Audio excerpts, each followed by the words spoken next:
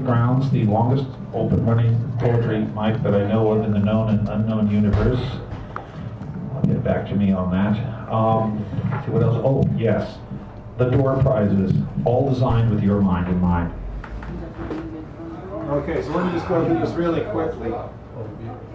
Poetry, poetry, poetry, poetry, poetry, and poetry magazines, all from July of 2017.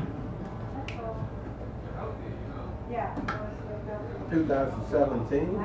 I was waiting if someone would notice that. Marcel Proust. Marcel Proust. The light condom is on, and that's Mr. Natural filming this evening for you and the pleasure of those people who happen to be listening. Marcel Proust, Swan's Day. American Archaeology. Nature Conservancy. An unofficial $50 bill with 3 greeting cards. And the New Yorker, which does contain poems, even if of a kind. So, those are all distributed at the end of this fabulous evening. Huh? And cartoons. And cartoons, which are coming, or at least breathing hard. So I introduced Teddy, the prizes, myself, fine poetry and good food since 1972. Huh? Oh yes, thank you so much. If you have one of these cell phones, like I know I do, now's the time to go like this, and go like this, so they turn themselves off. Like that, just so people know. As a good teacher, you model for your students. But you're not my students, but I can still model. Let's see what else is there. Oh, the theme of the evening. What did I tell you it was? You should have told us last round. Change of life or livelihood, things, something in that vein. If I had my binder in front of me, I'd be able to read it exactly as I'm it is. living that every day. I know. Change of life, change of livelihood, life and livelihood, changing, change, spare change, and stuff like that. So I think if there's anything else. Oh yes, my favorite political joke. Thank you. All right, so let me see who's first on this marvelous list of magical muse artists. Garrett, we got you. The keynote this evening is Justice. She's going to come up here and do the keynote. And then the first reader on the open is Buford, followed by Owen, followed by... Okay. Oh, Sally, and then I'll get the other person. So, Justice, the mic is yours. Reading tonight? I'll get that. You'll get that. Good evening, everybody. Give her a round, please. Want to start this mic ready, I'm getting ready, you're getting ready. Cover up. Maggie, come loud, Okay. So I like this new tradition of keynote where you start with somebody else's piece to set the tone in the room, and I always like reading other pieces. So this is a book called Peace is Our Profession. It's Vietnam era, which I'm on a runner with at the time. I'm probably going to get my submissions accepted. The deadline's tonight. My partner put in the package for Bay Area Generations. So I'm doing a series called Collateral Damage about Vietnam vets and flashbacks and PTSD. So tonight is 2 pieces. The first one's by Mary Engel. The title is after a sign in a restaurant window called Wear Shoes. You have the right to protest, dissent. If you exercise caution, who wants to be flabby but not in public places, not too loud, no vulgarity, not too often. Be a gentleman, a lady, a eunuch if you like. Of course you have the right to ask for a redress of grievances. Certainly, but not in a state of undress. Wear shoes. Don't be unreasonable, ungrateful, uninhibited, a traitor. If you must dissent, do it in private, in your home. Try the bathroom. Don't look like bushmen. Come out of the jungle. Wear shoes. Carry an attaché case with dignity, you never know. You may not have a heart attack until you're 50. If you can look like a businessman, smell like one. Jolie, Eau de toilette in different sizes. Be congenial, compatible, compassionate toward animals. Never kick them when wearing shoes, but wear shoes.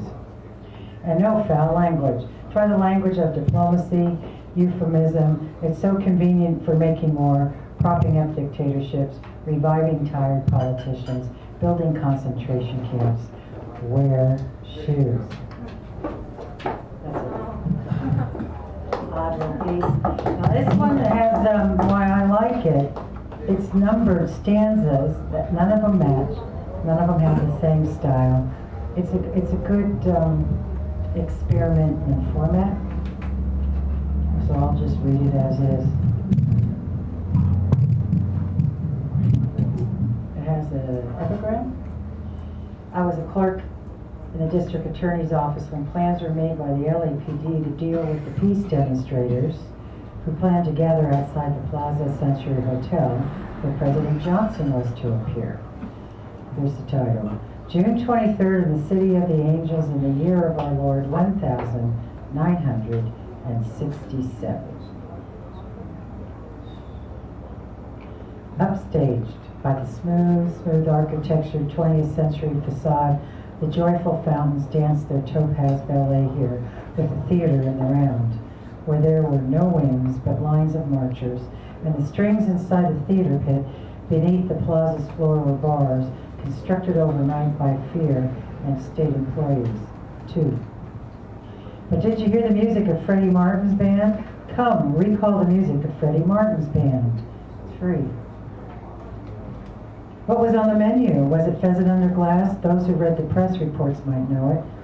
Were there conversations that the censors could not pass? Were there documentaries to show it? Did the documentaries describe the fountains played? Did you hear the screaming just a club away? What was that, Walt Women, turning in your grave? What was that we thought we heard you say? 4. See the flower children weeping and the orange fountains leaping and the stark white helmets keeping order of the day. Stop feeding her, you bastard. Are you crazy? Are you crazy? That's a woman and a baby, not the children, not the children. We can't back any further. There are cops that block the way. Sounds like Occupy, where I was the first one assaulted by cops. Onward. Saigon, June 23rd, released her AP June 24th, done day late. Quote, for security reasons, end quote. An American infantry company caught in a deadly crossfire, but 75 killed, 25 wounded. Why do they call it the infantry, Dr. Spock? 5.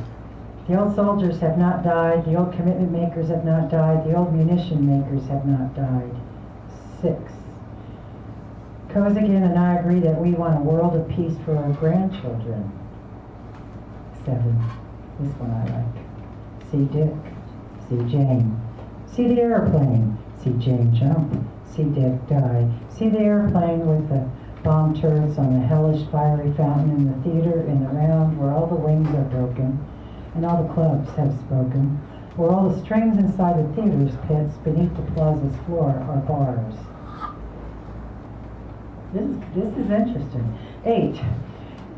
There was a pitcher bleeding in the plasma-colored fountain, and the voice of the multitude was rising in the mountain. 9.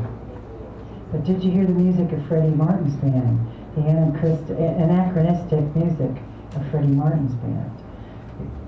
That is by Sadie Wernick-Hurwitz. Thank you for listening. Our keynote of the all right. Tough room. So we got Buford, then Owen, Not go over. and Sally Love Saunders coming up. Okay, we're listening. So give Buford a nice little round to warm the place up. And while we're getting ready, if you're interested in reading, the first half is taken up, so after the feature, if you haven't put your name on your reading, that please do so. Hi. Ooh, that's loud. This is a little tribute to my first creative writing teacher at San Francisco State. Karen Brodeen was my first creative writing instructor at San Francisco State University, continuing education in the fall of 1977. I wrote about my original family, and she, along with classmates, really took to my work, encouraging me immensely to pursue from 1984 to 1987 a Master's of Arts in Creative Writing from San Jose State University. Though I opted to leave San Jose State and work on a certificate in library technology at City College of San Francisco, her encouragement helped me pursue a Master's of Fine Arts and Master's of Arts in Poetics at New College of California. Karen was such a vibrant force in my pursuit of poetry and other writing, and being the hard-working socialist she was, praised my work with children and in libraries. She left the planet all too soon in 1987,